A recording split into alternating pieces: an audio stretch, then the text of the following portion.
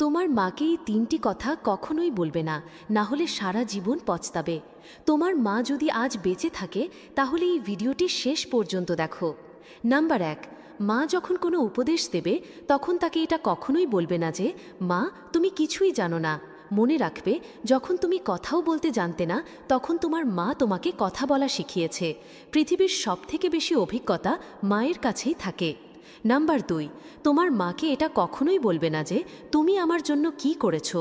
যদি তোমার মনে হয় যে তোমার মা তোমার জন্য কিছুই করেনি, তাহলে সেই রাতগুলোর কথাগুলো ভেবে দেখো যখন তুমি অসুস্থ হয়ে শুয়েছিলে, সারা রাত জেগে তোমার মা তোমার পাশে বসেছিল। নাম্বার ৩, রেগে গিয়ে কখনোই মাকে এটা বলবে না যে মা আমাকে একা ছেড়ে দাও।